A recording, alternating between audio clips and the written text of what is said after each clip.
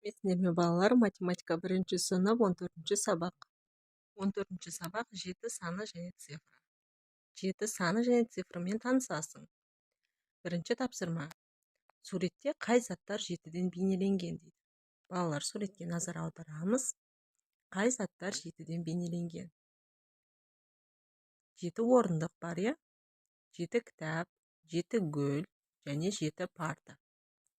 Енді әртүрлі заттарды санап, оларды салыстыр дейді. Қараймыз, балалар. 7 гүл мен 7 парта тең болады.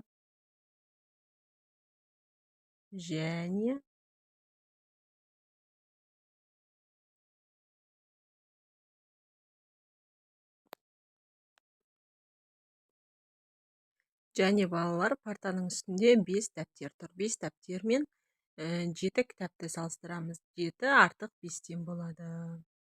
Енді кітапхана аптаның 7-ші күні жұмыс істемейді. Ол күн қалай аталады дейді балалар.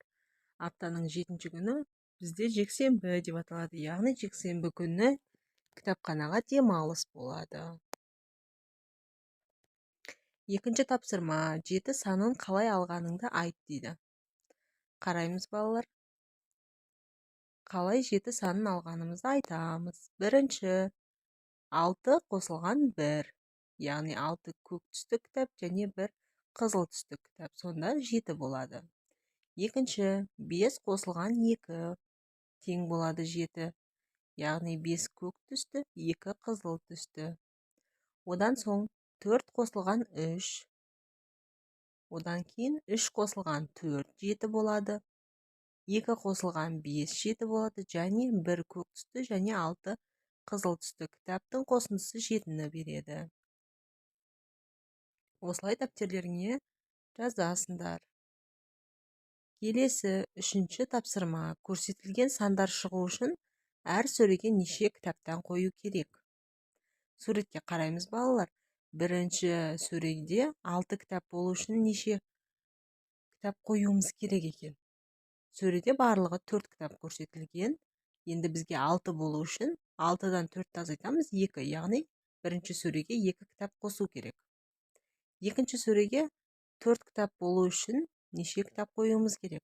Екінші сөреде 3 кітап көрсетілген.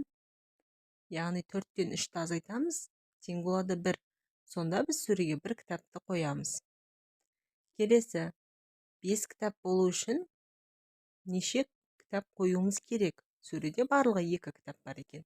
5-тен 2-ні азайтамыз, тең болады 3. Яғни 3 кітапты сөреге қоюымыз керек. Төртінші, 3 кітап болу үшін сөреге неше кітап қоямыз? Қараймыз, сөреде бір ғана кітап бар екен. Яғни 3 азайтылған 1 тең болады 2. Сонда 2 кітап қосып қоюымыз керек екен. Сабақ түсінікті болды ма, балалар? Сабақ түсінікті болса, каналға тіркеліп, лайк басып, комментарий жазуды ұмытпаңдар.